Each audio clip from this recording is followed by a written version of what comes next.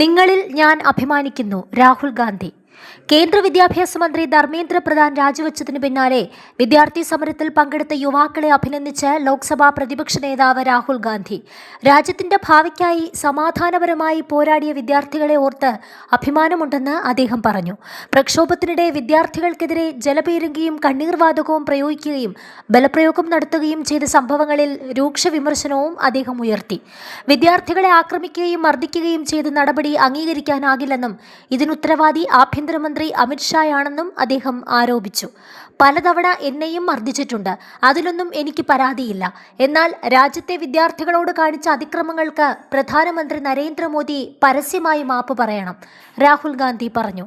സമരത്തിനിടെ വിദ്യാർത്ഥികൾക്കെതിരെ ജലപീരങ്കിയും കണ്ണീർവാതകവും പ്രയോഗിക്കുകയും ബലപ്രയോഗം നടത്തുകയും ചെയ്ത സംഭവങ്ങളിൽ ഉത്തരവാദികളായ ഉദ്യോഗസ്ഥർക്കെതിരെ നടപടി സ്വീകരിക്കണമെന്ന് അദ്ദേഹം ആവശ്യപ്പെട്ടു. സമരത്തെ അടിച്ചമർത്താൻ ശ്രമിച്ച നടപടികൾ അംഗീകരിക്കാനാകില്ല എന്നും അദ്ദേഹം പറഞ്ഞു.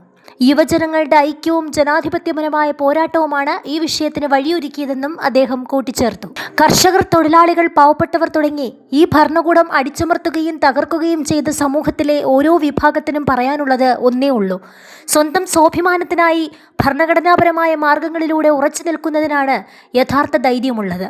ഈ സർക്കാരിനെ മാറ്റാനുള്ള സമയം അതിക്രമിച്ചിരിക്കുന്നു. ഭയപ്പെടേണ്ടതില്ല, രാഹുൽ ഗാന്ധി പറഞ്ഞു. ഇത് രാജ്യചരിത്രത്തിലെ നിർണായക നിമിഷമാണെന്നും എല്ലാ ഭരണാധികാരികൾക്കുമുള്ള പാഠമാണെന്നുമാണ് പ്രിയങ്ക ഗാന്ധി വ്യക്തമാക്കിയത്. അവർക്ക് നേരെ ജലപീരങ്കിയും കണ്ണീർവാതകവും പ്രയോഗിച്ചു. എന്നാൽ ഇന്ത്യയുടെ യുവജനങ്ങൾ പിന്നോട്ടില്ലായിരുന്നു. ഒടുവിൽ സർക്കാരാണ് വഴങ്ങേണ്ടി വന്നത്. ഞങ്ങൾ വിദ്യാർത്ഥിക്കൊപ്പം നിന്നു.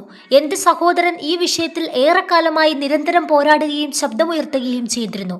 ഈ പോരാട്ടത്തിൽ പങ്കാളികളായ എല്ലാവർക്കും, എന്റെ സഹോദരനും കോൺഗ്രസ് പാർട്ടിക്കും NSUIക്കും വിദ്യാർത്ഥികൾക്കൊപ്പം ഉറച്ചുനിന്ന എല്ലാവർക്കും ഞാൻ നന്ദി അറിയിക്കുന്നു, പ്രിയങ്ക ഗാന്ധി പറഞ്ഞു. ഈ വാർത്ത അറിഞ്ഞപ്പോൾ എനിക്ക് അതിയായ സന്തോഷം തോന്നി. സത്യം പറഞ്ഞാൽ ഞാൻ വളരെ വികാരാധീനയായി. കഴിഞ്ഞ 10-12 വർഷമായി പലപ്പോഴും ഞാൻ ചിന്തിച്ച ഒരു കാര്യമായിരുന്നു ഇത്: നമ്മുടെ യുവജനങ്ങൾ എപ്പോഴാണ് ഉണരുക എന്ന്. ഇന്ന് അതിനുള്ള ഉത്തരമാണ് രാജ്യം കണ്ടതെന്ന് പ്രിയങ്ക ഗാന്ധി വ്യക്തമാക്കി.